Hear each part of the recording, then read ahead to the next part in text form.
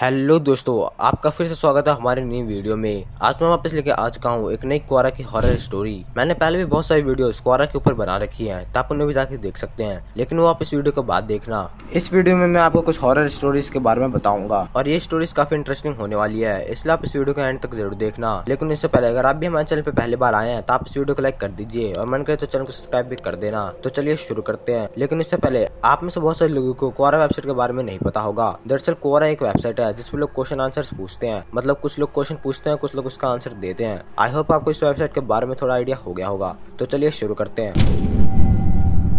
दोस्तों, जो मैं आपको कहानी सुनाने वाला हूँ वो गुरुगांव के एक बीपीओ की है और कहा जाता है वो बीपीओ एक कब्रिस्तान के ऊपर बना था और वहाँ पे काम करने वाले लोगों के साथ बहुत सारे हॉरर एक्सपीरियंस हुए हैं और ये कहानी उन्हीं में से है। उस बीपीओ का नाम था सैफरॉन। उसी बीपीओ में एक रोज नाम की लड़की प्रोडक्शन फ्लोर पे काम करती थी। वो बहुत ही ज्यादा पंक्चुअल थी और वो कभी भी जल्दी छुट्टी नहीं लेती थी। जो उसके अपर मैनेजमेंट और उसके कलीग थे वो उसे रोल मॉडल मानते थे। वो एक फ्रेंडली वुमेन थी जो किसी के भी साथ जल्दी दोस्ती कर लेती थी। वो बहुत ही ज्यादा अच्छी एम्प्लॉय थी। उसने 3 बार एम्प्लॉय ऑफ द मंथ का अवार्ड भी जीता था, वो भी लगातार जीता था।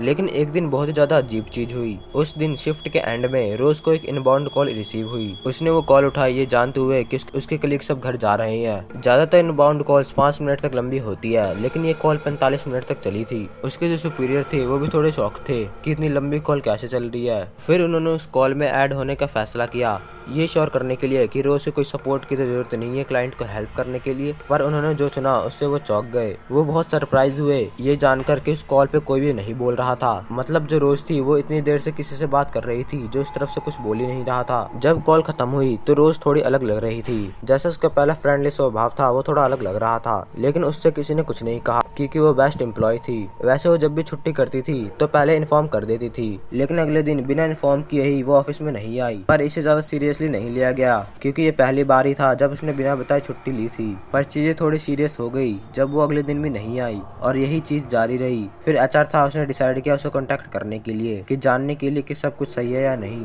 फिर जो उसने अपने कंपनी में एड्रेस दिया था वहाँ पे कांटेक्ट किया, पर पता चला वहाँ पे कोई ऐसी लड़की रहती ही नहीं है। जो मैनेजमेंट था वो इस चीज से थोड़ा घबरा गया था। फिर उन्होंने उसकी बैकग्राउंड चेक करने की कोशिश की और उनकी फैमिली से भी कांटेक्ट करने का ट्राई किया। फिर जब वो उसके पेरेंट्स से मिले तो बहुत ज्यादा शॉक हो गए क्योंकि उन्होंने बताया कि रोज तो 8 साल पहले ही मर चुकी है। जो मैनेजमेंट था वो एकदम हैरान होकर वापस लौट गया और रोज एक मिस्ट्री ही बन गई। उसके जो फ्रेंड थे वो इस चीज से मेंटली डिस्टर्ब हो गए थे और जो उसकी बेस्ट फ्रेंड थी उसे कार्डियक अरेस्ट हो गया था। फिर इस कहानी को दबा दिया गया ताकि कंपनी का नाम ना खराब हो। दोस्तों, आपको क्या लगता है वो लड़की कौन थी और वो कहाँ से आई थी? क्योंकि वो तो पहले ही 8 साल पहले मर चुकी थी। आप अपनी राय कमेंट सेक्शन में बता सकते हैं। और अब बढ़ते हैं अपनी दूसरी कहानी की तरफ।